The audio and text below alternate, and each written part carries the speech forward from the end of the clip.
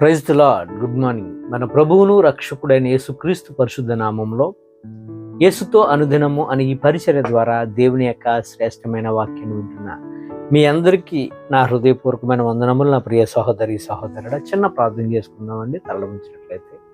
మహాగణుడ, పరిశుద్ధుడైన మా తండ్రి, కృపగల దేవ, మహోన్నతుడ, ఇదిగో నేను ప్రభా, ఈరోజు నేను నీ కుమారులుగా నీ కుమార్తెలుగా నీ యొక్క వాక్యాన్ని మేము ధ్యానించుచుండగా నీ వాక్యము వెల్లడగుతోడనే వెలుగు కలుగునని ఈ వాక్యం సారముగా నాయన ప్రభా మీరే మమ్మల్ని అందరినీ బలపరచండియా. ఈ వాక్యం వింటున్న ప్రతి ఒక్కరిని పేరు పేరుని మీరే దీవించి వారి కుటుంబంలో నీ సమాధానము, వారి యొక్క హృదయంలో నీ సమాధానము మీరే మాకు అనుగ్రహించమని, ఈ వాక్యం ఉంటున్న ప్రతి ఒక్కరిని బలపరచమని యేసయ్య పుణ్యనామంలో ప్రార్థించి వేడుకొంచున్నామా యెహోవా తండ్రి, ఆమేన్. God bless you. దేవుడు ఈరోజు మనతో మాట్లాడుతున్న మాట 66వ కీర్తనను మనం ఒకసారి ధ్యానిద్దాం. ఈ యొక్క 66వ కీర్తన అంతటిని కూడా మనం ధ్యానిస్తే అందులో ఉంటున్న కొన్ని విషయాలు ఏంటంటే, దేవుని యొక్క గొప్పతనం గురించి తెలియజేస్తూ ఇశ్రాయేలీయులు దేవుడు అడుగువానికి కాదనకుండా ఇచ్చేవాడని వారు తెలియజేస్తున్న మాటలు ఇవన్నీ కూడా. అంతేకాదు, ఆయన యందు ఎవరైతే భయభక్తులు గలవారిగా ఉంటారో వారికి కావలసినవన్నీ కూడా ఏది తక్కువ లేకుండా చేసే దేవుడు. అంతేకాదు, ఆయన యందు భయభక్తులు గలవారి ఆయన కృప హెచ్చుగా ఉంచే దేవుడని వారు తెలియజేస్తున్నారు.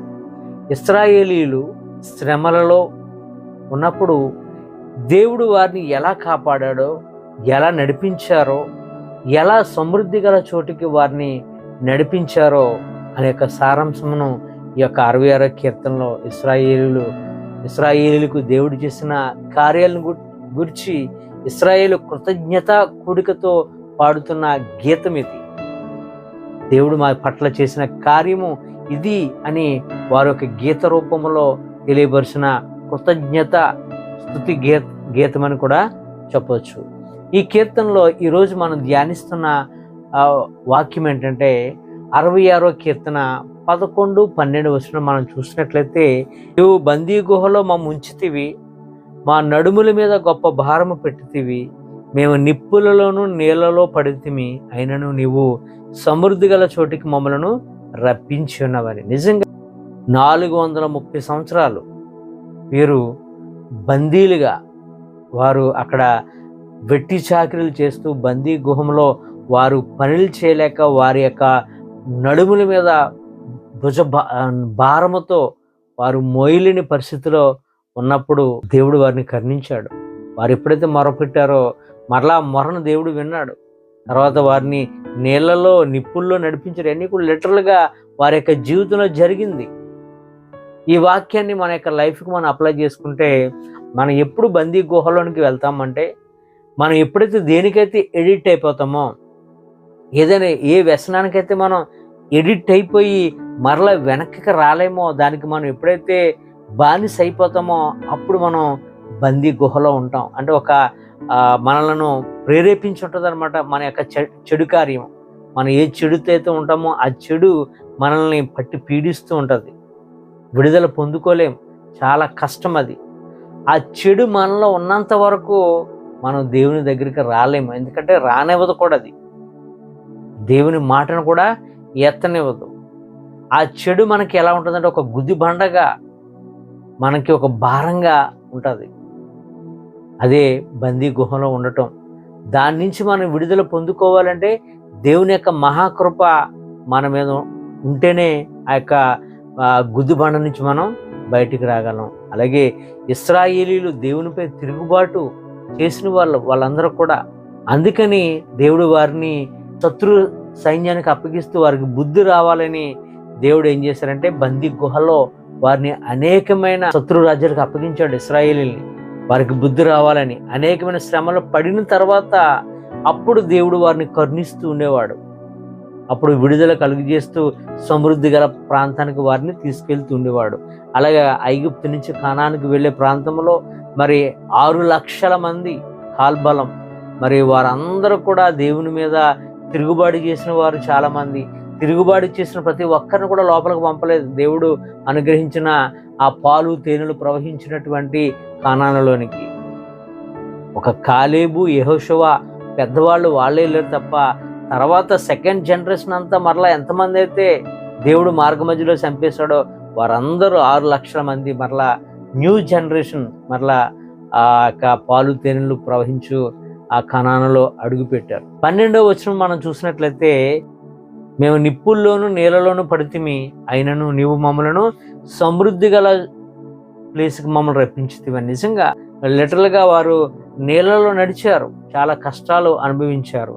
ఈ 12వ వచనాన్ని 66వ కీర్తన 12వ వచనాన్ని మన యొక్క జీవితానికి మనం అప్లై చేసుకుంటేనండి, ఇక్కడ నిప్పులు నీళ్ళు అనేది లిటరల్గా నిప్పులు నీళ్ళు కావు.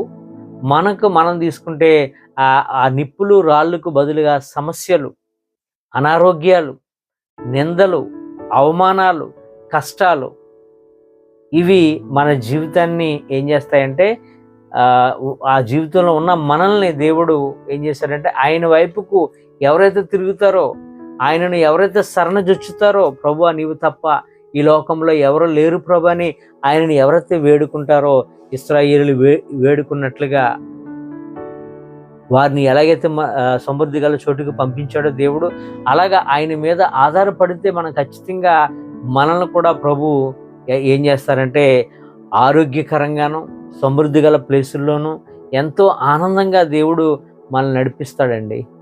ఇశ్రాయేల్ చేసిన ఈ కీర్తన యొక్క భావం అంటే, ఇశ్రాయేల్ అంటున్నారు, ప్రభువా మమ్మల్ని ఇంతగా నలిపినప్పటికీ కూడా, ఇంతగా కష్టపెట్టినప్పటికీ కూడా మమ్మల్ని ఎంతగానో నువ్వు కోపిస్తూ వాత్సల్యత చూపుతూ మాకు ఎంతో దయనిచ్చావు ప్రభు అని కృతజ్ఞతా స్తుతులతో దేవునికి ప్రతిగానాలు పాడుతూ ఈ కీర్తన యొక్క భావమయం. ఈరోజు నీవు దేవుని వైపుకి తిరిగి దేవుని నీ హృదయంలో ఆయనకి స్థావరాన్ని నువ్వు ఇస్తే, రేపన్న రోజు ఇశ్రాయేలీయులు ఎలాగైతే థ్యాంక్స్ గివింగ్ వారు తెలియపరిచారో, దేవుని వైపుకి తిరిగి దేవుని నీ హృదయంలో ఆయనకి ప్లేస్ ఇస్తే, రేపు నువ్వు కూడా దేవునికి కృతజ్ఞతాస్తుతులు చెల్లిస్తావు. ఎందుకంటే ఆయన మనలో ఉంటే ఖచ్చితంగా మనకు కావాల్సిన అన్ని కూడా సమృద్ధిని దేవుడు మనకిస్తాడు. ఎటువంటి పాపపు ఆలోచనలు కూడా మనకు రావు, పాపపు తలంపులు రావు.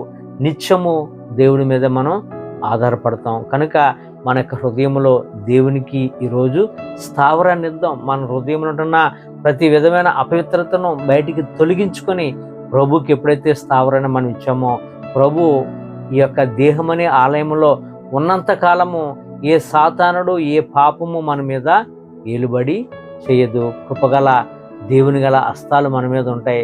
మనము కూడా ఇశ్రాయేలీయులు చెప్పినట్లుగా కృతజ్ఞతాస్తుతులతో దేవుని సన్నిధిలో మనం ఆయనను గణపరుస్తాం. ఈ కొద్ది మాటలు దేవుడు మన అందరి జీవితంలో నెరవేర్చి ఫలింపచేయును గాక.